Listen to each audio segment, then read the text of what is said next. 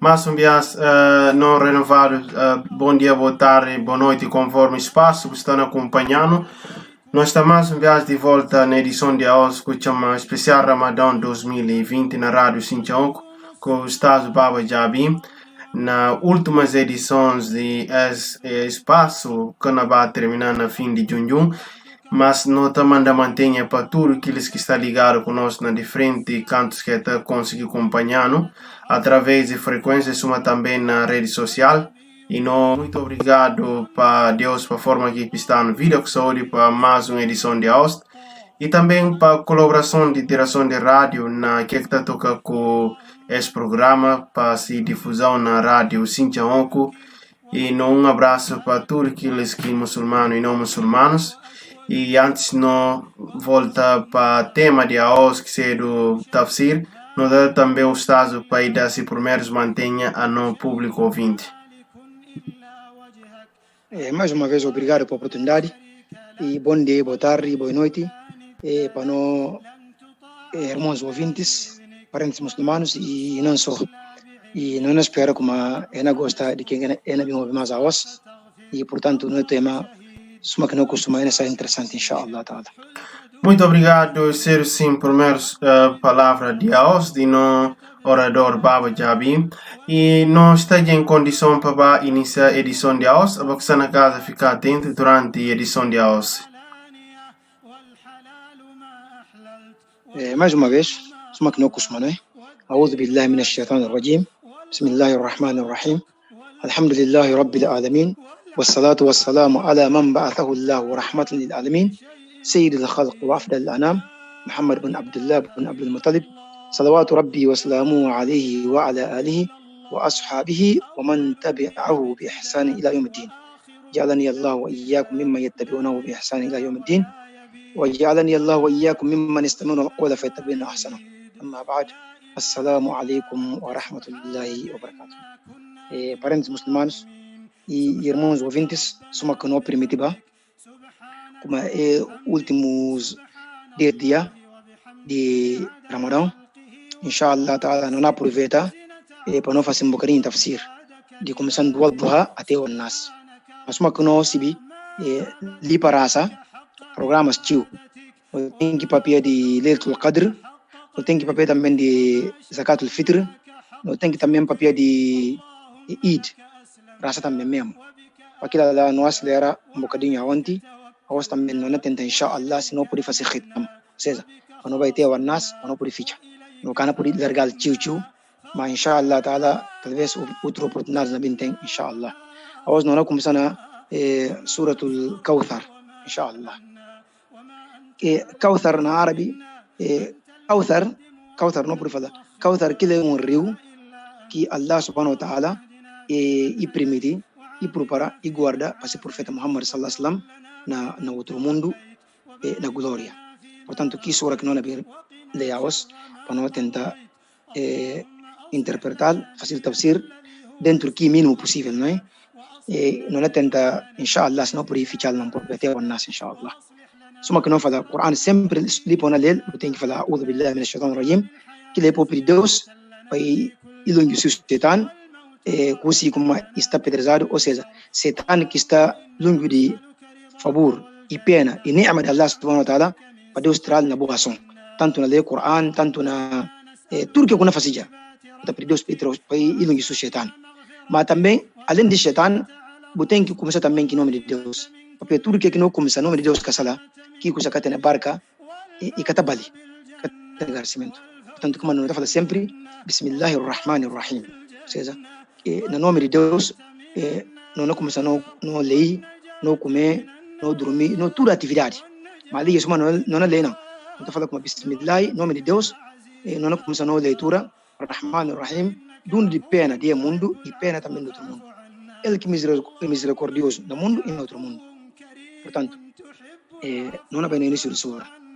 Inna a'atainaka al-kawthar. Inna, não explicava bem, mas não tenta mais repetir. Por aqui, alguém na papel se cabeça na árabe. Então fala, inni, a mim. Mas inna, por exemplo, presidentes ou dirigentes ou tudo quem encarregado de alguém, está falando nós. não faz isso, está papia em termos de plural, ou seja, que nome de maioria. Mas Deus, ele não quer aproveitar na papel que nome de maioria, mas na papel que nome de grandeza. Papel Deus já e tudo. Como a gente está falando, nós. Deus e tudo. Ele que tudo depende dele. Como a gente está falando, Deus fala, inna a'atainaka al-kawthar. Suma não leva lá atrás. Suma que Deus permite Muhammad, e o yalba órfão, e abraçar, e ajudar, e salvar, e o yal pobre, e poder rico, e o yal casiba, nem escrever sinal, e manda Jibril ruba dele, sinal. Depois Deus não vem dar linda, que não vem ficar contente com ele. Esse é dos coisas que Muhammad sallallahu alaihi wasallam não vem ficar contente com ele. Além de Deus dar profecia, e dar mensagem, e dar o Corão, e dar tudo no mundo, ser a melhor criatura. Deus não vem dar outra coisa ainda mais que mana contente com ele. Dos que lá, e para dar shafatul uzna, para dar, e pedir Deus perdão para poder salvar esse povo. Além de que lá, Deus também dá rio na Jannah, que está falando Kawthar. Portanto, que sura que não é. Mas não entrar na história sempre não bata perder que raciocínio. Agora nome se para quem que não acompanhar, é por isso que significa logo, eu tenho que ser na história, para não ler um som assim mais fácil. Inna anos a'atainaka al-kawthar, no dau ki rio de Kawthar, Abu Muhammad. Muhammad no dau ki rio de Kawthar. Então se encontrar com Deus do um coisa como Abu ainda buka muri, usa de vida, buta de garantia como buta de rio. Abu na ser do período de perdão, abu na ser de coisa mediador entre Allah subhanahu wa ta'ala e esse criaturas para pedir Deus para por outros gentes. Então abu se aquilo tudo. Então que é que bu dever, que tem que fazer? Fasalli li rabbika wanhar. Então raça para Deus, bu mata também para Deus. Isso não tem que explicar melhor forma. Porque antigamente li para Muhammad sallallahu alaihi wasallam gente está raça, mas está raça para ser irãs, para ser luas, para ser vacas, para que está adora? Então, está mata também, porque não mata, está mata para Irã, para ser luas, para ser estrelas, para ser coisas que está adora, para ser ídolos. Então, mas Deus manda Muhammad, salli li rabbika wanhar. Abo, se não mata animal, se não sacrificar alguma coisa, faz tudo para Deus, bu raça também para Deus. Não faz nada para outra coisa, faz tudo para Deus. Quando Deus fala na outro área do Corão, inna salati wa nuski wa mahayaya wa mamati lillahi rabbil alamin. Isso não é manga de graça. Ou seja, muçulmano tudo que aqui não faz, se raça, se modas, se pedir, se tudo atos e para Deus. E cara não nada aqui, Deus naquilo. Deus fala Muhammad, não dá o rio na glória. Então se para aquela raça para Deus, busca sacrifício também para Deus. Inna shani'aka huwa al-abtar. Tudo que odiou, tudo quem está contra bom, aquilo que perde, ou seja, traz daquilo que dana, traz daquilo que corta. Isso não é explicado também. Porque esse também pairia e tem motivo que mandaria. Porque Muhammad sallallahu alaihi wasallam, eu falei, tem homem que tem nome de Wa'il ibn As. Esse alguém que está cansado Muhammad. Se vai para papel que Muhammad, se passou que Muhammad, a gente está falando, quem conhece papel que ele? Está falando que tal alguém perdido, que tal alguém desgraçado. Porque árabes que tem, se o cara tem filho macho, o cara tem filho, ele fala assim, alguém desgraçado. Esse cara tem filho, e tem quem é herdado. Logo, Muhammad é desgraçado. Que tal alguém está falando, Muhammad é desgraçado? Então Deus responde para contra Muhammad. Inna shani'aka. Quem que está contra a boa mensagem, quem que está contra o que Deus deu, quem que inveja, quem que não goza como a boa que dá, só que tem filho que não herdou. Aquilo que perde, aquilo que dá, a boa nada que dá. Porque Muhammad, mesmo que false, mesmo que existe, se não me não continua. Se fala la ilaha illallah, você fala Muhammad Rasulullah sallallahu alaihi wasallam. Tudo o que chama nome de Deus, você chama nome de Muhammad. Se não entra no Islam, você chama nome de Muhammad. Se não raça, você chama Muhammad. Tudo que eu não adora, nome de Muhammad sallallahu. Se não é o Quran, você como sempre nome de Muhammad sallallahu, diretamente ou indiretamente. Portanto, Muhammad, ala que outro quem chama no nome gogos. Se que para ver tafsir, ninguém can lembrar dele, porque ele significa que tempo que tudo está bem acaba. Mas Muhammad que Deus dá, que lá tem no outro mundo. E kana acaba, porque no outro mundo mais que não torna mais renova mais, vai ser coisa nova mais, vai continuar. Portanto, essa hora dos motivos que essa hora ainda tem acabim, e culto, mas tem grande lição. E está ensinando como Deus da profeta Tio, sallallahu alaihi wasallam. Mas maneira que da profeta, assim também que desse povo de profeta, Ummat Muhammad sallallahu alaihi wasallam, papia, é rio de Muhammad, esse rio consigo, se largura, só Deus que se vê. Se sabor, se maneira que está brilha, tipo diamante. Bonoja. Quer dizer, se não bem para mim explicar rio dino kana kaba. Bonoja. E mais sabe de que mel. Bonoja. Portanto, porque alguém labala e kana susu mas, porque alguém bibi kana tem sede algo mas. E tem manga de vantagens. Bonoja. Logo se Muhammad Deus dá aquilo é que só para Muhammad e para Muhammad que tudo que segue Muhammad. Portanto, esse é para mostrar como Deus para Muhammad que se seguidores. Bonoja. Mas e kana não só. Que tá pagin hoje aquilo? Façade de rabbi kwanar. E para buraça ou boa oração tudo que eu faço e para fazer para Deus acabar só ser Deus que nada.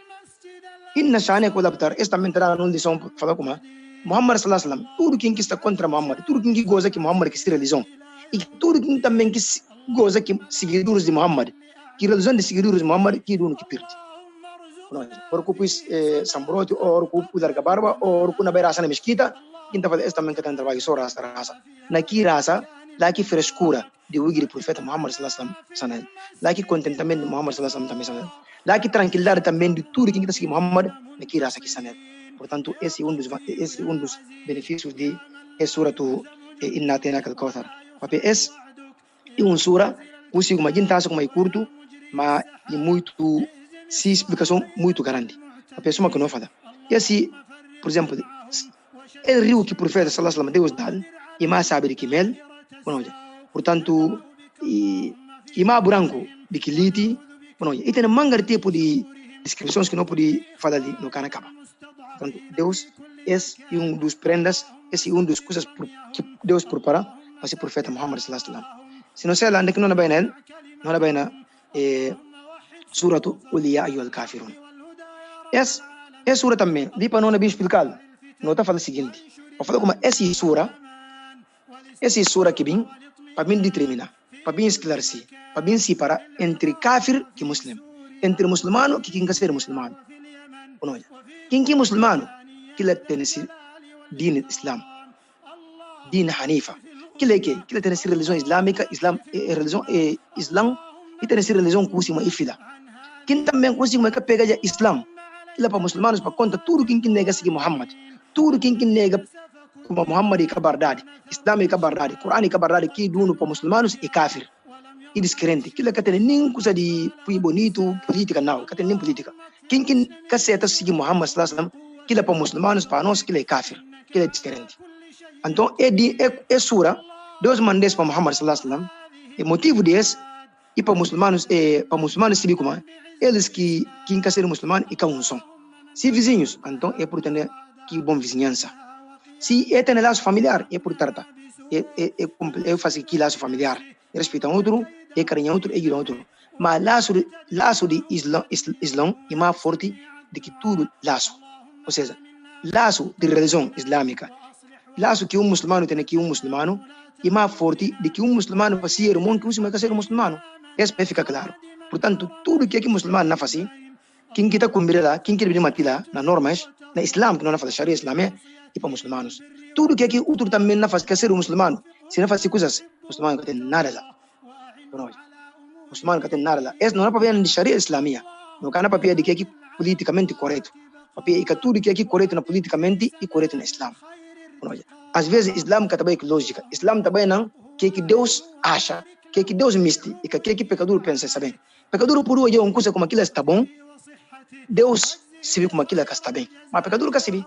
Pecador por hoje é uma coisa como está mal, Deus se vê como aquilo está bem. Logo, para conta, pecador está perdido. E que tudo que pecador pensa como é bom para ele. E que tudo que pecador também pensa é mau para ele. É suratul kafirun, Qul ya ayyuhal kafirun, é bem para separar, para mostrar como muçulmanos que kafirs é que não nada. Cada quem nesse lado. Portanto, é para declarar já não.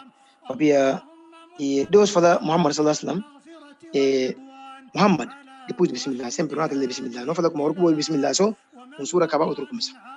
Bismillahirrahmanirrahim. É sura também não começa de que nome de Deus consegue ele que pena de mundo e do outro mundo. Deus fala no Corão, se você só maioritariamente ou praticamente Deus não ordena, e não manda Muhammad fala Muhammad como vai falar. Muhammad fala, ya ayyuhal kafirun, a vós kafirs, ou seja, a vós descrentes, a vós que quer ser muçulmano, que lhe diz esse conversa dirigido para tudo quem consiga uma muçulmano. quem que tá adora Irã, quem que tá adora Baca, quem que tá adora Lua, quem que tá adora outro coisa que seja Deus. Quem que fia Muhammad, quem que fia Quran, quem que fia como Glória tem, quem que fia como Inferno tem. Tudo quem que desmente que Muhammad bem que é tudo kafir para nós muçulmanos. Então, Deus Muhammad fala como قل يا أيها الكافرون Muhammad tuma de kafirs bu fazer como abos kafirs la a'budu ma ta'budun. Vou desculpar na hora que não faz tafsir às vezes não tem condição de fazer tilawa, seja tartil como deve ser, porque não tem que rapidez, não é? Às vezes não te dá conta. Mad lazim, mad coisas não te ajuda, não é? قل يا أيها الكافرون normalmente assim que não tem que ler, não é? Mas para ver tafsir outra hora não tafsir rápido. Muhammad fala kafirs kuma la a'budu ma ta'budun. Amin Muhammad nkana adora que abos botar adora, que ídolos, que irãs, que coisas que botar adora além de Deus, a não ser Deus, amin kana adora tudo. Wala antum abiduna ma a'bud. Wala antum abiduna ma a'bud. Assim que correto. Mas abos também bocana adora que amin Muhammad não adora. Es que kita mostra. Ou seja, abos também que irãs, que ídolos que botar adora, amin também nkana adora kila. Wala antum abiduna ma a'bud. Ou seja, abos também bocana adora que amin tan adora que seja Deus. Ou seja, nkana adora que bona adora que seja do irã que bo ídolos. Abos também bocana adora que amin adora que seja Deus único. Nem abos também Deus repetir para es ênfase, não é? Para confirmar mesmo. Nem abos também bocana adora que não adora. Então se kila lakum dinukum waliya din. Ou seja, abos bo religião bo que botar adora kila está por vos, amin também não tem religião. Amin que tinha religião kila aqui din Islam. Ou seja, abos bo tem que botar adora kila aqui de vos. Amin nye kinyon kasalan kamisi nada lá nkamati tudo que kim fasi abos boca mati naquilo boca na apontar em trabalho mas abos também que boa nada ora amin também que tem nada lá mas tudo que bo faz também no outro mundo nkamati nem kana pedir por bos amin que bos e canção porque quem que tá adora Allah subhanahu wa ta'ala quem que tá adora Deus kila que quem que tá adora Deus na caminho de Muhammad sallallahu alaihi wasallam que sinano kila skusi kuma e ummat Muhammad sallallahu alaihi wasallam então kila kita percuma Muhammad kila kita fala ummati apenas bem tem dia suma que nós ficamos chamando de bias que cada quem na cor de outro todo mundo na cor de outro mas a minha na cor de filho na cor de mamãe papai na cor de mulher tudo na cor de outro não é filho na cor de papai de mamãe de irmão cada quem tem que preocupar se cabeça mas aquele profeta sallallahu alaihi wasallam que na preocupar esse povo mas tudo quem que aceita no mundo que aceita seguir então que eles têm essa religião ele também tem decidir então outro mundo que eles que faz parte dos seguintes que na preocupar aquele portanto, esse é grande mensagem forte para falar como tudo quem que segue Muhammad e tem esperança e para ficar descansado como ele e pega coisa grande. Esse também, Deus explica Muhammad ele na outra área, mais ou menos. Deus fala como wa in kadzabuka faqul li amali wa lakum amalukum antum bari'una mimma a'mal wa ana bari'un mimma ta'malun. Suma que não fala. Ou seja, se Deus fala Muhammad como Muhammad se desmentiu, não olha, é que você pega por trás, é que você a religião com bem que ele. Então, falei como a minha trabalho que dessa para mim. Se bom, não entra no vários benefício. Se mal, não paga. Que consequência? Mas após também, bom trabalho e para vós. Se bom, não entra vários benefício. Se mal, não paga essa consequência. A mim, inocente, nunca matina que vou fazer. Após também, inocente, vou matina que não fazer. Bom, esse é para mostrar como boa boa religião, entra também minha religião. Portanto, esse é para mostrar como Islam e único religião verídico, verdadeiro de Deus. Portanto, essa hora também está mostrando como essa separação, claro já não. Muçulmano que se religião, é praticar dessa maneira, outro também que ser muçulmano, que tem nada a ver com o Islam. Mas esse não faz tafsir. E que está mostrando como o tem kafir, descrente, está nabulado. Se morrer, pronto, que é o por jura. Porque aquilo é vizinhança. Se e casta, o por curar esses filhos. Se o tem, o por deles, o por partes de comer. Bom, já. Vizinhança aquilo é outra conversa. Se contrata também kafir, a família, a parina mesmo, a ter sangue. Então, aquilo é seu familiar, aquilo é o por seguir aquilo. Porque sangue, aquilo é outra conversa. Mas, não repete. Laço mais forte para muçulmanos, aquilo é laço de religião islâmica. Se não sei naquilo, não vai também na outra sura, que é do suratu Idha Ja'a Nasrullahi wal Fath. Essa sura, esta é uma história grande. Mas se não tocar ali parentes muçulmanos e ouvintes de Canadá, sinceramente. Esta tá bom. Agora que não falar história de abertura de Meca, como é que o profeta ia andar, como é que Deus ajudar e facilitar e conseguir conquistar Meca. Um dia desse, se Deus está no vir aqui saúde, um dia desse, nós arranjamos um programa especial só para papia de Iza Jaa Nasrullah wal Fath. Papia, aquilo é uma história que não tem nada, é uma história muito bonita. Papia, aquilo é história final de missão de profeta. Ou seja, depois que Surat al-Fath, inna fatana laka fatan mubina, liyaghfira laka Allah ma taqaddama min dhanbika wa ma ta'akhkhara. Que história está ligado à história Iza Jaa Nasrullah wal Fath. Esse para mostrar como Muhammad sallallahu alaihi wasallam, desde que vem, missão que vem que ele, e começar um bocadinho, que muito dificuldade. E vai e começar mais um bocadinho, que pouco dificuldade.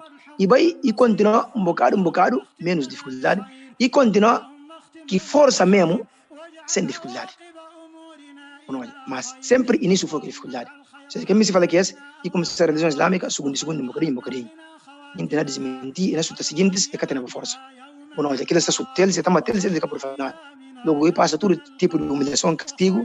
Deus bem deles, ele conseguir ter um bocadinho de força, que está castigando eles, que manga de força, mas tipo Abu Sufyan, que outro gente, Deus bem deles, que dá Omar, Osman, que dá tudo bem entrar, Khalid, manga gente, que dá tudo bem ser gente forte no Islã, e o Islã. Logo, Islã bem tem força. Mas onde que Islã bem tem força? Porque ali para ter força é curar, é refúgio, é para Medina. Mas depois que vai Medina, é bem ter força grande. Na Medina Munawara, antes que o profeta não vai banal, ele fala Yathrib, aquele que nome é cidade dos judeus, e é tudo prova de como Islã é verdade. Porque os judeus que tempo, eles são de Deus, Deus deles Medina. Mas suma o Muhammad bim, Deus manda Muhammad para tudo quem que seguir, vai salvar. Quem nega seguir Muhammad, que duno, só cancera. Suma ele nega seguir Muhammad, então Deus toma aqui Medina e entrega Muhammad ele, cidade transforma, cidade islâmica e transforma cidade de Muhammad bem por outro nome mas e falar Medina Munawara, cidade iluminada, cidade que está iluminada e tem iluminação, porque tem na barca, nur ala nur. Quem ndeki profeta na vive, ndeki vive que morre, ndeki tem sepultura no cabro, que é cidade que se mata na nur no mundo. Que é nur mesmo, que é beleza e iluminação, que é tem fim. Portanto, a história é cumprida, sem falar na papel na raciocínio, portanto, Islam bem tem força, tem a dia que Muhammad sallallahu alaihi wasallam Deus ajudar e bem e abre Meca. Que é sonho que hoje e conta gente outros cafia, mas aqueles que fiel Deus bem provou para isso como Muhammad sallallahu alaihi wasallam, ما ينطق عن الهوى إن هو إلا وحي يوحى. Ou seja, ele cata papia assim à toa. Se papia é porque é revelação. Deus que está mandando Jibril para orientar o variado. Portanto, soma que Deus fala na outra aya, não can bem entrar na detalhe daquilo, mas لقد صدق الله رسوله الرؤيا بالحق. Ou seja, Deus e confirma sonho que o profeta olha no sonho como ser verdade. Portanto, لا تدخلن المسجد الحرام إن شاء الله آمنين معلقين رؤوسكم ومقصرين لا تخافون فعلم ما لم تعلموا فجعل من دون ذلك فتحا قريبا. Portanto, esse é dos ayas mais bonitos, mais sabe no Corão. والذي أرسل رسوله بالهدى ودين الحق ليظهره على الدين كله وكفى بالله شهيدا. محمد رسول الله والذين معه أشداء على الكفار رحماء بينهم تراهم ركعا سجدا يبتغون فضلا من الله ورضوانا سيماهم في وجوههم من أثر السجود ذلك مثلهم في التوراة ومثلهم في الإنجيل كزرع أخرج شطأه فآزره فاستغلظ فاستوى على سوقه يعجب الزراء ليغيظ بهم الكفار وعد الله الذين آمنوا وعملوا الصالحات منهم مغفرة وأجرا عظيما. الله أكبر الله أكبر. Essas são histórias, parentes ouvintes, irmãos ouvintes, não cá podia entrar no tour, se não entrar nele, não cá bem capaz. Na resumindo só, para falar como Deus realiza sonho que Muhammad hoje ia abrir Meca. Muhammad ia entrar na Meca, porque ia entrar na Meca, portanto, essa é a confirmação de que Muhammad mesmo é profeta de Deus, e mensageiro de Deus. E bem fraco, e que tem força, e que tem nem pape, nem mame, como órfão, sem defendedor, mas Deus defendeu. Que Deus defende? Que lá que tem tristeza, ni que tem preocupação, nem derrota.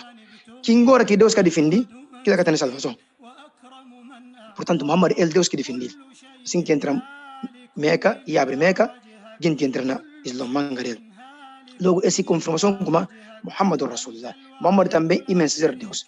Tudo quem quis seguir, que ser muçulmanos, que elas seguem discussão como tem pena de outro, apoia outro, ajuda outro, mas ser duro que quem quer ser muçulmano. Tudo ora botou eles é na raça, é na pedir Deus, é na guardar-se, é na fazer tudo bondade. O que está fazendo tudo para ele? É na buscar agrado de Allah subhanahu wa ta'ala, contentamento de Allah subhanahu wa ta'ala. Não é? Logo, que elas também têm esses sinais nesse texto. Alguém está lá, raça sempre, botou esses sinais nesse texto. Portanto, assim que esses sinais na Taurat, na Injil, na Coran. E tipo, ora que labrador se labra uma coisa, porque que coisa começa a findi que terra findi, coisas começa a ter cabeça, nijo, aruso, labrador está contente já não. Portanto, assim também que Deus está contente que será raçaduros, assim também que raçaduros também está contente porque eu te agrada Allah subhanahu wa ta'ala, eu te contentamento de Allah subhanahu wa ta'ala. Portanto, esse é dos tópicos de esse tour para mostrar como é a quem lei e tem a ligação que dá já na Rasulullah al-Fatu. Portanto, lipa Meca na abrido, o profeta sallallahu alaihi wasallam que tempo a gente está entrando na Islã pouco a pouco. Mas depois que Meca é abrido, papia árabes que tempo é desafio para Muhammad sallallahu alaihi wasallam. Está falando como suma não será que ele na Meca, esse é ele. Não é bem job. Se Muhammad conseguir entrar aqui seguintes na Meca ali, então não está se como verdade, ele esse Islã que vem que ele é verdade. Não é rendi tudo para ele. Mas se que conseguir entrar na Meca, então não sei como que vem que ele é verdade. Tem um dia agora que Deus ajuda e vem conseguir entrar na Meca, e abre Meca. Então o que é abre Meca e tudo árabe se está já não, como de facto Muhammad que vem que ele é verdade. Em vez de para gente bater entrar na Islam um som, e começar a entrar já não grupo, família, tribo, raça, bairro, cidade. Porque Islam toma conta de Península Árabe, Turquia toma conta do Médio Oriente, Turquia expande no mundo todo. Portanto, não é repetir a sura, assim para não poder perceber. Depois, Bismillah ar-Rahman ar-Rahim, Deus fala Muhammad como, إذا جاء نصر الله والفتح. Ora que ajuda de Deus bem, que se abertura, ou seja, ora que Deus jurou e conseguir abrir, Meca abre, que não é bem cedo. Ora, aí está nasa, bonoja, gente, يدخلون في دين الله أفواجا. E entra na religião de Deus, e entra no Islam em grupo. Então, se quer ser, abo também que não bem ser uma missão, fasabbih bihamdi rabbika wastaghfiru. Fala subhanallah, vou agradecer Deus, vou louvar Deus, fazer favor, vou pedir perdão. E não, ele Deus, kana tawaba, e cedo, porque ele Deus que está certa perdão. Ele Deus que está certa perdão. Só que nós, no último 10 dias, o profeta fala, pergunta para o profeta, o que alguém pode pedir Deus na Lailatul Qadr? O profeta fala como, Allahumma innaka afuun, tuhibbul afwa fa'fu anni. Deus, a boi garante perdoador, vou gostar de perdoar, então perdoa. Essa é uma forma. Outra forma também, Allahumma innaka afuun, karimun, tuhibbul afwa fa'fu anni. Não repete mais. Allahumma innaka afuun, karimun, tuhibbul afwa fa'fu anni. Esse é fácil. Não cornece. Esse tudo não tem que bater falar. Tem dia que junjum capa. Portanto, essa história é sinal para mostrar como o profeta de facto que bem que ele e bimba pouco gente que pega se traz, mas depois e bem capa manga gente pega se traz, religião islâmica bem expandir, todo mundo tomar e graças a Deus, walillah alhamd, aos muçulmanos em todo lado. Esse é sinal para falar como Muhammad sallallahu alaihi wasallam, religião que bem que ele que é Islam e verdade. Portanto, se não sei lá, ainda que não é bem ele, tabbat yada. Esse é uma sura, li para não fazer tafsir ainda, me se traz dúvida ali. Manga de gente na cabeça como tabbat yada, kata rasado que ele. Mas aquilo, infelizmente, ele é correto. Tabbat yada, Deus fala no Coran, faqra'u ma tayassara min al-Quran. Ou seja, faqra'u ma tayassara minhu. Bo lei que mais fácil para vós no Coran. Bo lei que bo pode ler no Coran. Bo lei que bo ler no Coran. Tudo que bo ler no Coran, a boca tá ler Coran para pedir história como é bom, é bom. Boca tá ler Coran para falar como é bonito, é bonito. Coran tudo que está dentro é bonito. A boca pedir Deus, tudo que está no Coran. Se bom, então parece Deus, para Deus metiu a abona tudo que é bom no Coran para fazer parte daquilo. Boca ler no Coran tudo que é cabali, se história de mojintis anton para Deus livro abo porque faz parte de quilas. De facto, esta bateada se história triste, mas é também dos milagres do Corão. Bueno, portanto, não repito, alguém por esta bateada que tem nenhum problema. Que tem nenhum problema. Quem que põe na cabeça como esta bateada que está raçado que ele, portanto, vai entrar na cabeça, esta bateada também e Corão, soma qualquer outro aí no Corão. Agora, a história está diferente, contexto está diferente, mas também tudo e conversa de Deus, tudo e que mesmo Jibril queria tal, tudo e que o profeta sallallahu alaihi wasallam que ensinou ele, tudo aqui mesmo o Corão que ensinou ele. Você falou o Corão do Karim, o que o profeta bateada de kamati. Então se mata na Corão, Deus fala para ele que faz para o Corão. Tá bateada está dentro do Corão, então por ele também tá bateada, que tem problema. Que manda esta bateada também uma história muito bonita. Não para ver um bocadinho essa história, que como é que está bateada, como é que revela, e tem uma manga de história. Mas esse dos essa história, para falar como certa vez Muhammad sallallahu alaihi wasallam, porque Deus orienta aqui aya que está falando antes de ashirat al-aqrabin. Ou seja, Deus manda Muhammad para ir uma famílias, gente mais perto dele, para ir conseguir Islam. Então, dia Muhammad faz comunicado e comunica, e chama janam.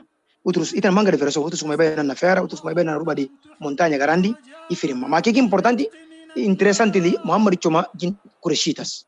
E chama gente de Quraish tudo, para bem. O que chama eles é bem. E fala, boss, porque quem chama boss para eles. Pronto. E fala, não casibi. E fala eles como. Então, se fala boss como. Inimigo na bem sair. Traz de boss, na trás de montanha de gosto, para bem surpreender gosto, para atacar boss. Anta bona fia. E fala, boss, nunca conseguiu nada que mentira. Ou seja, abo nunca conseguiu nada que mentira. Abo sempre botar conta barrari. E fala, bom falando conta barrari, e fala eles como bom, a mim e profeta de Deus, a mim mensageiro de Deus, para bem para falar boas como para adorar Deus, que Deus único, al-wahid al-ahad al-fard as-samad alladhi lam yalid wa lam yulad wa lam yakul lahu kufuwan ahad. Que tudo que é quem gosta, que único Deus que está fazendo tudo, que está da vida, que está matar, que está da sorte, que está da sorte, que está da filho, que está tudo, que Deus é que por tudo. Que manda mensageiros, e manda livros, e cria glória, e cria inferno, e cria mundo, e cria outro mundo, e cria terra, e cria céu, e cria tudo. A mim, e mensageiro que Deus, para mim, para avisar vos, para mim, para aconselhar vos. Logo, Abu Lahab, lanatullah alayhi, Abu Lahab, que bem faz. Ele fala, escuta o mano para ele. Gente, tudo que ainda ele diz na que manda arrogância que vale. Ele lanta yana, fala bem. Abo ko che ke kuna choma gente grande para ele só para bem fazer uma mensageiro, abo menisin. Kuna le vecino não. Fala tabban laka na árabe, ila para conta abo busta desgraçado. Pronto, abo perdi. Pronto. Logo, quilha que se minjer também, papia, que se minjer também, que também dual inta que tá cansado o professor sallallahu alaihi wasallam, que seru está falando o Mujamil. Minjer de Abu Dhabi, tá cansado o profeta. Que ele fala, escuta mano para ele. Que ele também respondeu que palavra árabe se torna que palavra é o poema. E fala, que ele fala, mudammiman abayna. Ou seja, abo não goza nan kibo, não nega também por religião, o dinahu qalena. Ou seja, por religião também cubin que nós não retira naquilo, não camate. O amrahu asena. Ou seja, bu ordens também Muhammad kuna bin que outro gente que na kata que ordem babu, ordens abo a nós não desafia, não nega. Árabes bem tipo poema, ou não. Bom papel é Abu Lahab que se minjer, desafia Muhammad, desmentir, nega, minjer tanta puiba cansalba. Até dia, minjer como aqui se conta que tem. Para não mames por perceber e não ir mais, que ferracha que tem na garganta, que tempo, que fio que tem, como ainda terá aquilo para ir bindi, para por isso guerra contra Islam de Muhammad, contra a religião de Muhammad, para Muhammad para por destruir Muhammad que se religião. Então, comanda, Deus manda tabateada para eles. Para falar que não como, eles que têm desperdício na vida, no outro mundo também, não entra no inferno. Mas Abu Lahab se entra no inferno, se minjar por aquilo que na Catalunha, para ver fera charuba dele, ele que se minjar tudo na está aqui inferno, na garganta se minjar também cordão grande que não está lá, que não está riso e cana por aí corta. Portanto, esse que é tabateada. Portanto, não é lei para não. Mas suma e castigo que está lá, e coisa meio que está lá, manda gente também lei na raça. Mas é bom, papia kuma work bu leil buta meri kuma abuta pri Deus para Deus me tu punin tipo Abu Lahab nimu minjer também que bu filhas para Deus pui eles suma minjer Abu Lahab bonoja ma para Deus livro de kita eu também e faz mal ma es a quem terasa que es no del ano explicar Deus fala tabbat yada Abi Lahab wa tab seja Abi Lahab e perdi que se duas mãos. Ou seja, árabes tipo hora que bubai o bindung ku assim ou perdi o dinheiro que palma contra assim o tá fazendo a mim perdi já aquilo é desgraça aquilo que ia dar na árabe ou seja se duas mãos está perdido Abu Lahab está desgraçado ma aghna anhu malu wa ma kasab ma aghna anhu malu wa ma kasab dinheiro que ganha no mundo e que tudo que ganha na filhos na fama na dinheiro, na riqueza, tudo que ganha no mundo, aquilo que vale no mundo, aquilo que não vale nada no outro mundo, aquilo que não salvar no castigo do inferno de outro mundo. Filhos que tem, que fiança banel como ele se vê no outro mundo, gente também que fia como se vê no outro mundo, na livrar de castigo, suma que mamãe fala, aquilo tudo que não vale nada no outro mundo. Mas agora anu malu makasab.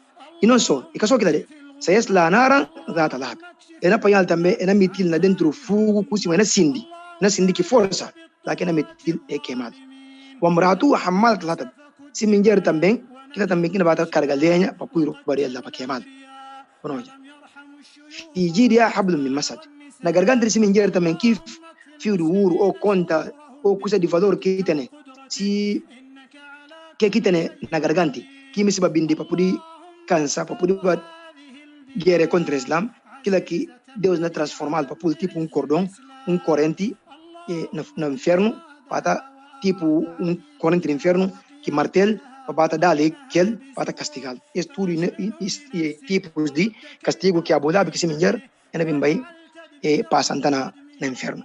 Para o livrano a nós todos muçulmanos e tudo querentes e tudo no irmãos ouvintes que não ouviram o programa para o livrano tudo que Abu Dhabi não vai passar no outro mundo, para eu livrar tudo aquilo, inshallah ta'ala. Para eu também partir bondade e mês de junho, para partir bondade não adoração, e último dias que sobra, tem paciência na alerta, para que não perder tempo. Não bata buri bondade. E profeta como para buscar na último 10 dias. Que manda outros fala 21, outros como 23, outros como 25, outros como 27, que 27 lá que a maioria concorda nele, outros como 29. Mas para quem tem dúvida como eu perdi, então, a boa pega como a partir do dia 20 já, dia 29 ou dia 30, a boa tudo que eu estou fazendo repetir. Se eu faço aquilo, eu não perdi. Bom, já. É que manda muçulmano pode viver, pode junho 10 anos de junho, 20 anos, 30 anos de junho, nunca ia calhar Lailatul Qadr. Mas muçulmano também pode junho 30, 40 anos de junho, tudo ano está calhar Lailatul Qadr. Papel de quê? Porque a você pega só dia como aquele dia, se aquilo é caseiro, porque calhar. Mas se contra agora, tudo ano, último 10 dias, você dispensa ir no tempo tudo, você dedicar. Tudo que você faz, você repetir. Então a boca não falha. Se o falhar, é por um profeta que quem pode pedir aqui, não é profeta como pode falar, lama innaka afuun karimun tuhibbul afwa fa'fu anni. Esse doa que tem que fazer aqui, não é que tudo que comiste, bota pedir Deus pode pegar, inshallah ta'ala. Se não se lembra que não é bem na sura do Ikhlas, sura de al-Ikhlas, sura de sinceridade. Esse também não pode ver o dele, não can bem prolongar, no outro programa não pode ver. Essa hora, professor sallallahu alaihi wasallam, certa vez, e fala, será que um som de voz por ler terço do Corão na noite? E fala, profeta, que lê como é que alguém por ler terço do Corão na noite? E fala, quem que lê, o Allah 3 vezes, e leia coisa terço do Corão. Portanto, com Allah e palei. Profeta também, certa vez, dia, ele fala, ele dá queixa de alguém consigo, aquilo sinal rasanta. Só com Allah. E que mano chama aquilo? Ele fala, por que mano rasanta com Allah? Ele fala, gosta de com Allah, porque aquilo é símbolo de grandeza de Allah, porque aquilo é soro que a mim gosta de aquilo, gosta de Allah. Ele fala, é o amor para Allah, então entra no Deus na glória. Portanto, e mais alerta que me dá para os ouvintes. Para falar como ninguém para falar a mim que lê Corão e tio. Alguém por ser do ima abo lê Corão, mas abo mais de Deus de que ele. Alguém por cedo e mabo se bitiu na Islam, mabo ma mere Deus de kel. Alguém por cedo e mata adora Allah tiu, mabo uma tene agradecimento, uma tene bondade de kel. Papel que tudo que alguém na fase, se cata fase de condições que Allah exige, e capaz de tiu. Abogado por fazer pouco, mas só fazer pouco, mas se você fazer que condições que Allah pedi, então você ganha. Que me fala que é? Para ninguém juti que tem. Orkut ne só kul huwa Allahu ahad. Butene idza ja'a nasrullah. Butene suras pequeninos. Ko fala como amenka corretiu, amenka chernajo, amenka ustaz, amenka alim não. Se butene Quran um bocadinho na cabeça, butene já. Tio. Que cupuri. Fakrou mata yassar min al-Quran. Lei que cabo ma fácil para o Quran. Tudo que eu kulei, se você kul Allah 10 bias, 20 bias, que está muito bem. Se você Fatiha, Bismillahirrahmanirrahim, alhamdulillah rabbil alamin, enfim, 10 bias, 20 bias, que está bom. Abo purifica, você só aquilo. Pronto. Suka puri também é coisa assim tudo. Astaghfirullah, astaghfirullah. Estenta bias. Profeta que por dado, que aqui passa anda, que aqui não é bem fácil. Que lá está fácil. Na dia, estenta vez, outro bias, 100 vezes, 100 bias. Que é uma nova profecia. Logo, nenhum muçulmano, para ninguém justiça cabeça, também arrogância cabale, mas também para ninguém rebaixa cabeça. Cada quem bocadinho cupuri, que lá cuna pindra nele, que lá cuna esforça nele, que lá cuna pegates nele, lá kuna ocha, que kuna ocha. Mas lá também kuna perdi, que perdi, papel se juti. Buka puri tena kulu huwa Allahu ahad. Terço Quran, bu fala como coisa na Quran. Buka puri Fatiha, custi uma aquele maior sura na Quran, que Deus divide entre ele que se servos, bu fala coisa na Quran. Portanto, parentes muçulmanos, no lei, ne é últimos dias, cada quem que cupuri, bule aquilo. Bata landa também de noite burrasa, bule Quran, bu fala subhanallah, alhamdulillah, e dua na repetir sempre, Allahumma, innaka afuun karimun tuhibbul afwa fa'fu anni. Bata fala sempre por cupuri. Portanto, é sura, é para mostrar como Deus é único, ele que depende de nada, mas tudo depende dele. Portanto, não é lei, papel de tempo, não é? Tempo que não implementando já. Bismillahirrahmanirrahim. Deus, papel, gente vinda Muhammad. Eu falo Muhammad, anon outro estado ores, anon também, busca que que não Deus. Anon não quer que Deus que tá papel Allah, Rahman. Falando de que Deus. Explicando como Deus está. Deus orienta esse sura para Muhammad. Eu falo Muhammad, olha, Muhammad fala isso como huwa Allah, que Deus que está adorado, ahad, único. Allahu samad. E o único Allah, como aquele único Deus, costuma tudo criaturas dependem dele. Ou seja, ele Deus firme, independente, e que precisa de nada. Mas ele Deus costuma samado e firme, tudo precisa dele. Lam yalid wa lam yulad. E capaz de nada, nada capaz dele. Wa lam yakun lahu kufuwan ahad. E que tem nada que justa aquele. Ou seja, e que tem nada costuma equivalente a ele Allah. Esse dos esse maior sura que existe no Quran. Portanto, muçulmano cara fala como é por isso, vai falar de que se vê no Quran. Mas o problema tem que ler direito, o perceber direito. Não repetir mais. Deus fala, Muhammad fala eles como huwa Allah, que Deus que bota adora, aquilo que Deus é único. Allah, que Deus que adora, a samad que ele é firme, que precisa de nada, mas tudo precisa dele. Que depende de nada, mas tudo depende dele. Nada que compôs, mas ele que compôs tudo. Que cara acaba nunca, mas tudo que aqui queria não acaba, ele só que não continua. Lam yalid, e capari, ou lam yulad, nada tão capari. Ou seja, ou lam yakun lahu kufuwan ahad, e que tem nada que isso aqui. Portanto, esse é símbolo de grandeza de Allah subhanahu wa ta'ala. Como anda o profeta sallallahu alaihi wasallam, gosta de ler sempre nasci chafre do water, Itali es que kula auz rabbil falak, kula auz rabbin nas. Primeiro Itali suratul A'la, sabisma rabbikal a'la, depois ele kula ayyul kafirin. Depois naqui único raka que tá firma. Itali kula Allahu ahad, ele kula auz rabbil falak e kula auz rabbin nas. Outra hora só kula Allah só que Itali. Tanto faz, tudo é fácil. Isso para mostrar como alguém tem que pegar só uma coisa, ou pode variar, ou pode mudar de vez em quando, e que tem nenhum problema. Portanto, se não sai lá, não vai na duas suras que está falado na árabe al-ma'udatani ou al-ma'udataini, não é? Aquilo que é correto, al-ma'udataini. Aquilo que duas suras que está de proteção, que está protegendo. Esse que Allah que não passa gosto também é bom alguém bata dele de vez em quando porque na dita e bom também ayatul kursi bata dele. Esse tudo e coisas que o profeta está pedindo Deus para proteger a maldade. Mas também se ele ayatul kursi, bule kula Allah ahad, bule kula auz birabil falak, bule kula auz birabil nas. Esse coisas que bom que está segurando a família, está segurando filhos, e está protegendo de tudo maldade. Portanto, mais até esse e duas horas também consigo, mas profeta tudo que acontece que ele e está sendo lição para nós. O que acontece para ele? O profeta sallallahu alaihi wasallam também ele e fazia o corte.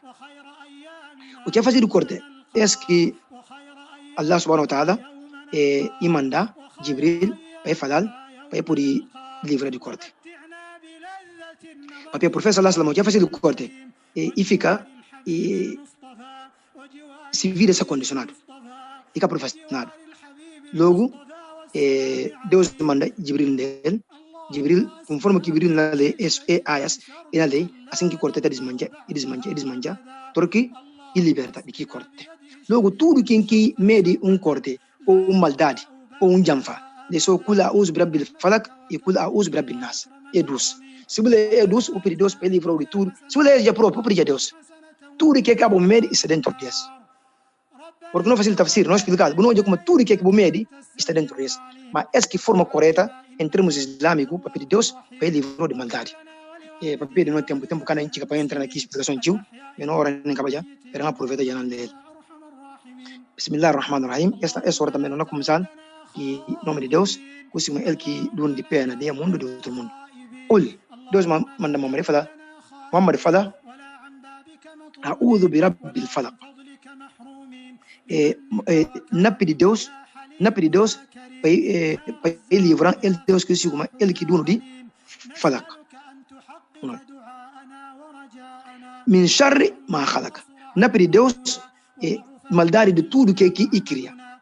Wa min sharri ghasiqin idha waqaba. Na pedir Deus também para livrar de maldade tudo que está dentro de noite, se sol cai com socorro. Ou seja, se sol vai cair com socorro, lá que maldade tudo está começando, lá que janfa tudo está começando. Se fala como, o min sharri ghasiqin idha waqaba. Tudo que quer fazer se trocar lá, abo pedir Deus para livrar o que quer. Se fala min sharri ma khalaqa, o fala já para Deus livrou de tudo maldade que Deus queria. Tudo que existe no mundo, Deus que queria. Então, se o fala já para Deus livrou de maldade tudo que queria, ele faz parte disso. Como não ora como os manos falam, "Kula uz rabbil falaq, min sharri ma khalaq, wa min sharri ghasiqin idha waqaba." Praticamente é só suficiente. Ainda sua completa sura. Wa min sharri nafathati fil uqad. Deus também não pediu para livrar de maldade tudo gente que está mara e cordões e cortes e tá mara para fazer janfa. Tá mara kat mara ya fulano, narga ya fulano, sarga ya fulano. E maldade tudo maldade que tá mara já na cordas, na tecido, na que para botar para pendurar, para do livro de tudo. O min sharri hasidin idha hasada. Deus também não pediu para livrar de maldade de invejoso, se invesa. Porque invejo também é perigoso mal. Mas alguém tá ficando rico, porque se viu como inveja, bonoja. Mas a boca se como inveja.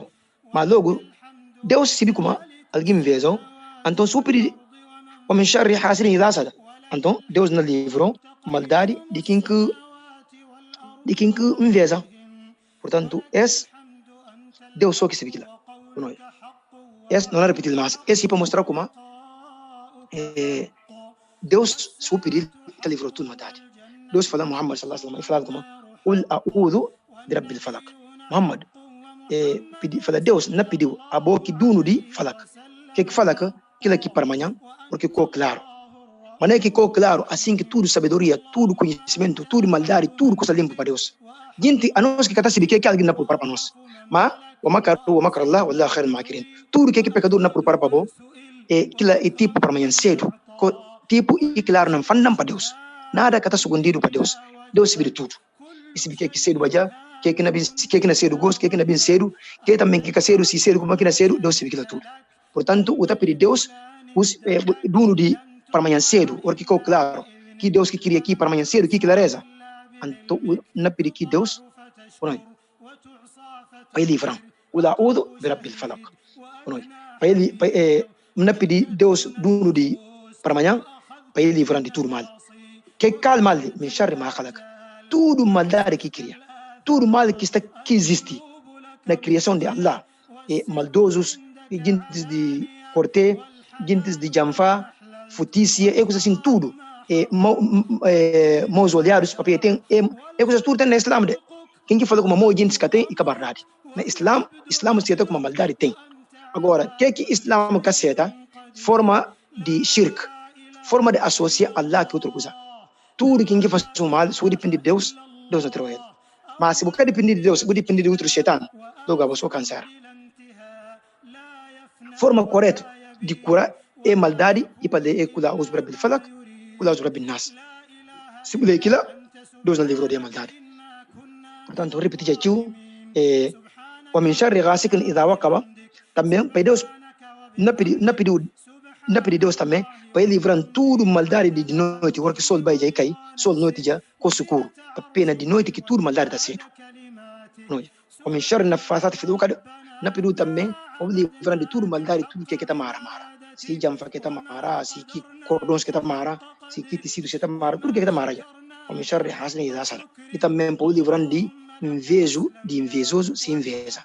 Agora que alguém inveja, por rico, vai pensar como é que é bom amigo, e gosta de bom, mas aquilo que gosta de bom, ele destruiu o que se viu. Portanto, tempo que não permitindo, para fazer rápido, para acabar a última sura.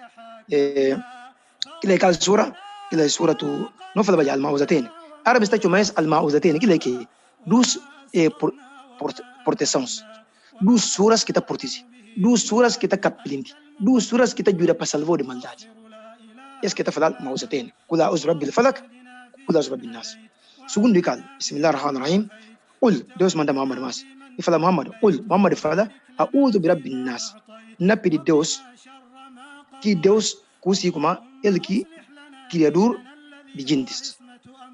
Malik nas, ou seja, na pedir para ir livrar de tudo que é mal.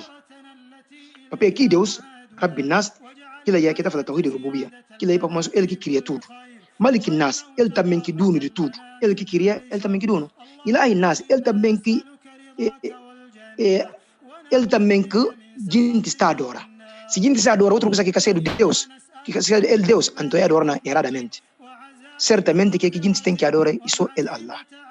Min sharri al-waswas al-khannas. Vou pedir também, na pedir Deus também, para ir livrar min sharri al-waswas al-khannas. Para ir livrar também maldade que a gente está tendo no coração, a gente. A gente está tendo que maldade, que nós olhamos maldade para cansar outro. Então, eu pedi, esse é Shaitan, para pedir Deus para ele livrar de Shaitan que tudo maldade. Alladhi yuwaswisu fi sudur nas. Eu pedi Deus para ele livrar desequilíbrio, que viswas, que viswas? Confusão, obrigado. Confusão de Shaitan. Porque Shaitan se entra dentro de você e está dando tudo ação. Mesmo que o contente, está transformando aqui o contentamento em tristeza. Shaitan, mesmo que está na verdade, está transformando aqui a verdade na mentira. Se você agora na maldade, está pôr ele, está transformando na mentira. Se você também na maldade, está transformando ele na coisa bom. Logo, está pedindo Deus para ele livrar que Shaitan não consegue, alladhi yuwaswisu fi sudur nas. Que está chega-se coisas que está desencaminhando gentes, que está entrando no coração de gentes para encaminhar eles para coisa mal. Ou seja, que está desencaminhando gentes. Minal jinnati wan nas, tanto na jinnes e como na pecadores. Portanto, esse idua os grandes coisas como ora que alguém lees, Deus te livrou de tudo Satanás, e te livrou de tudo maldade. Portanto, esse é bom, vamos acreditar como ora que ele fronta, Deus que tem que pedir. Ora que está doente, Deus que tem que pedir para dar saúde. Ora que tem também saúde, Deus que está pedindo para que saúde para manter. Deus tem que estar pedindo para que saúde para poder fazer bom coisa dentro de saúde. Portanto, parentes ouvintes, não acha como nós, não completa já tafsir e suras que não permitem, eles não fazem a correr rápido, para pedir como tempo que não permite. Não tem a manga de coisas de bem falar, nos últimos dias de Ramadã, por isso, eu penso como não compromisso que não comprometi, não promessa que não dá, não consegui já fazer. Mas em caso de nosso tempo não permitiu, não permitiu. Non stai già arriva di ora e oppure acrescentar pelo menos 1 minuto e meio e também para poder despedir a nós ouvintes que estão acompanhando e nossa derivadora. Bom, que aqui me se bakila ikana binda. Bom, que aqui prenda que nada, que não acha como um por partilhar que não ouvinte o seguinte. Muçulmano tem que está fala, que está cura tudo. Porque muçulmano não dorme, para falar bismika Allahumma amutu wa ahya. Muçulmano para batalhar ayatul kursi. Muçulmano para ele kula Allahu ahad, para ele kula auz rabbil falak, para ele kula auz rabbil nas, 3 bias. E tudo está livre muçulmano de tudo que aqui jamfa, de tudo que aqui maldade, de tudo que aqui mal de maldosos. Portanto, para Deus livrar de tudo maldade, para Deus ser no junjung, no raça, no pedi, e tafsir também. Que aqui não é ara, para Deus pudan kita. Que aqui não faz corretamente, para Deus aceitar. Não espera também tudo que aqui ouve para balil, a nós também para balino, não por pessoas também que sinano, para bal também que para bal tudo muçulmano e tudo humanidade, inshallah ta'ala. Wassalamu alaikum wa rahmatullahi wa barakatuh. Muito obrigado, não sei chega mais fim de edição de hoje. Não agradeci para você acompanhando desde a primeira hora edição de hoje, suma desde que não começou esse programa. Se Deus pistar no vida com saúde, não está mais de volta amanhã para mais uma edição desse programa que chama Especial Ramadão 2020. Fica ligado conosco na frequência 96.7 FM. Também na internet, aqueles que estão conseguindo acompanhar na internet, diáspora guinense e suma também diáspora estrangeiro, tudo aqueles que apostam nesse programa. Muito obrigado também para a colaboração de direção de rádio, que está tocando para a difusão desse programa na rádio Sinchauco. Não fica por ali. Nchoma Umaru Darame, na que outro lado está Saleu Serra, Kinka Orano, no orador principal, chama Baba Jabi. Até a próxima edição, não estabelecidos, está no vídeo com saúde.